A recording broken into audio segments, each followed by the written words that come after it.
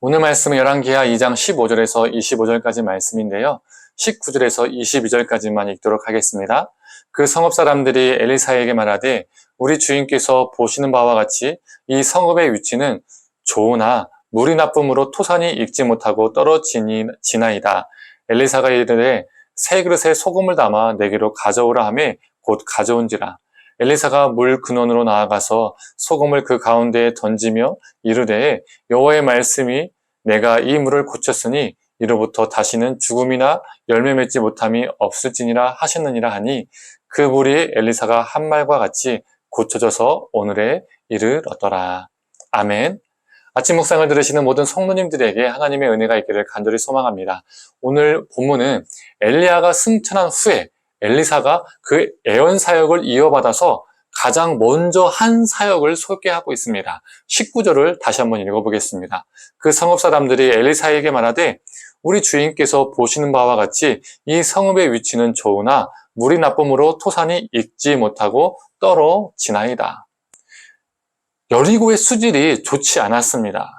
수질이 안 좋다 보니까 토산이 익지 못하고 떨어졌습니다. 이 토산이 익지 못하고 떨어졌다고 해서 우리는 나무 열매를 생각할 수 있는데 이 말의 원어적 뜻은 불임과 유산을 뜻합니다.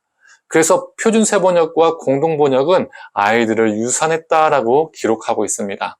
여리고의 물이 좋지 않아서 유산하는 여리고의 여성들이 많았던 겁니다.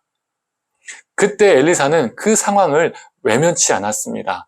먹을 수 없는 물을 먹을 수 있는 물로 바꾸었죠.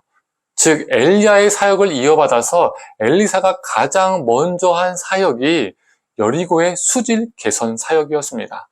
우리는 여기에서 무엇을 알 수 있을까요? 우리는 예언자 하면 무엇부터 떠오르죠? 무엇부터 생각이 납니까? 늘 불편하고 따끔한 말씀만 선포하는 사람으로 생각합니다. 그런데 오늘 본문은 그게 아니라는 것을 보여줍니다. 엘리야와 엘리사의 그 이야기를 보면, 그들의 일생을 보면요, 이 바알주의와 싸우기도 했지만 그들의 사역 가운데 어떤 사역도 많았을까요? 백성 친화적 생활 밀착형 사역도 참 많이 있었습니다. 예언자는 백성들의 죄를 들춰내고 심판을 선포하고 책망하는 것, 이것만 있다라고 생각하는 것은요, 잘못된 겁니다. 이것만 있는 것이 아닙니다. 예언자의 가장 중요한 사역 중에 하나는 백성들의 삶을 돕는 것입니다. 백성들의 울부짖음을 듣고 그들의 아픔을 치유하기 위해서 돕는 사역을 하는 것이 예언자의 일이기도 합니다. 오늘 본문 이후에도 엘리사가 백성들의 삶을 돕는 일들이 계속 나옵니다. 독이 든 국을 해독하고요, 요단강에 빠진 도끼를 건져주고요. 이렇게 엘리사에게 이 모든 게 애원자의 사역, 신앙의 행위였습니다.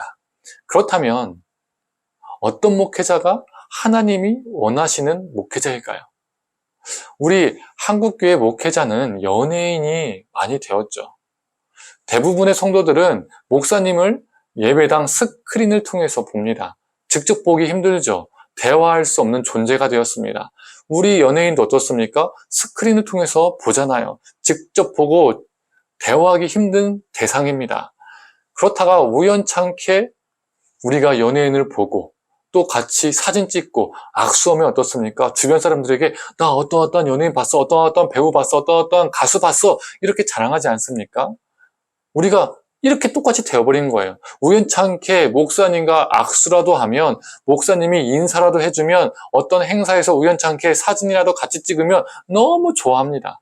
목사님과 인사했다고, 목사님과 사진 같이 찍었다고 자랑도 하죠. 연예인을 만나는 현상과 정말 비슷하지 않습니까? 성도는 그렇게 좋아하는데 목사님이 그 성도들의 이름을 알까요? 형편을 알까요? 중직자 등 이 소수의 사람들을 빼놓고는 대부분 성도들의 이름을 모릅니다. 성도들의 형편을 몰라요. 알아도 부욕자가 알려줘서 압니다. 교회 목회자가 성도들의 이름을 모른다는 것은 당연히 그 성도들의 형편도 모른다는 겁니다. 자기의 이름도 자기의 형편도 모르는데 직접 대화를 1년에 한 번도 못 하는데 가뭄에 콩나듯이 자기와 말을 걸어줬다고 좋아하는 것. 이 연예인을 만나서 좋아하는 것과 뭐가 다를 바가 있을까요? 연예인이 그 자신들의 팬의 형편을 압니까? 모릅니다. 똑같아요. 이 설교를 듣는 분들은 자신들의 교회에 담임 목회자와 대화를 해본 적이 있으신지 생각해 봤으면 좋겠습니다. 어떤 분들은 정말로 한 번도 없는 분도 있을 거예요. 만약에 있다 해도 1년에 한 번 있을까 말까? 몇 년에 한 번 있을까 말까 할 겁니다. 이건 건강한 현상이 아닙니다. 좋은 게 아닙니다. 목회자는 연예인이 아닙니다. 나는 목회자를 우상화하지 않는다라고 말할지라도 나에게 연예인 같은 대상이 되었다라면 그게 바로 우상화된 겁니다. 사람들이, 팬들이 연예인들을 우상화하잖아요. 똑같은 겁니다. 나는 우상화하지 않는다고 생각하지만 이미 우상화되어 있는 겁니다. 목회자는 성도들의 삶을 살피는 존재, 생활 밀착형인 존재가 되어야 합니다. 예언자는 불편한 말씀을 선포했지만 백성들의 삶에서 밀착되어서 살았습니다. 백성들의 형편과 상황을 외면치 않았습니다. 모르지 않았습니다. 알고자 했고 해결해주고자 했습니다. 그래서 그들은 백성 친화적 생활 밀착형 삶을 살았던 것이죠. 저를 포함한 목회자들은 엘리사의 모습을 본받아야 합니다. 엘리야, 엘리사처럼 성도들에게 불편한 말씀일지라도 선포할 수 있는 결단도 필요하고 담대함도 필요하고 성도들의 삶도 보살피는 생활 밀착형 사역도 해야 합니다. 그리고 성도들은 그러한 목회자를 찾고 그러한 목회자를 만나야 합니다. 나의 형편을 알고 나의 형편에 관심을 갖고 나의 형편을 위해서 기도해 줄 수 있는 목회자, 나의 아픔을 함께 아파해 줄 수 있는 목회자를 만나야 합니다. 연예인처럼 스크린 보고 말씀 좋았어 이런 게 아닙니다. 우리 많은 팬들은 어떻습니까? 배우 보고 너무 연기 좋았어. 가수 보고 너무 노래 좋았어. 이렇게 되면 안 된다는 거죠. 나의 형편에 관심을 갖고 나의 형편을 알고 함께 기도하고 함께 기뻐하고 함께 기뻐해 줄 수 있는 목회자를 정말로 만나야 합니다. 더불어 진정으로 나를 사랑해서 나를 위해서 불편한 말씀조차도 들려줄 수 있는 목회자를 만나야 합니다. 성도님들, 그런 목회자를 만나는 복이 성도님들에게 주어지기를 소망합니다. 그리고 지금 그런 목회자를 만났다면 그 목회자와 귀한 사역을 감당하는 성도님들이 되기를 간절히 소망합니다. 함께 기도하겠습니다.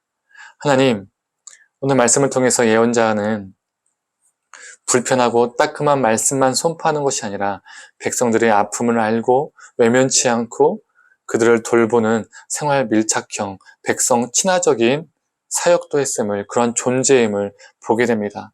하나님, 제가 그리고 또 많은 목회자들이 연예인이 되지 않게 하여 주시옵소서.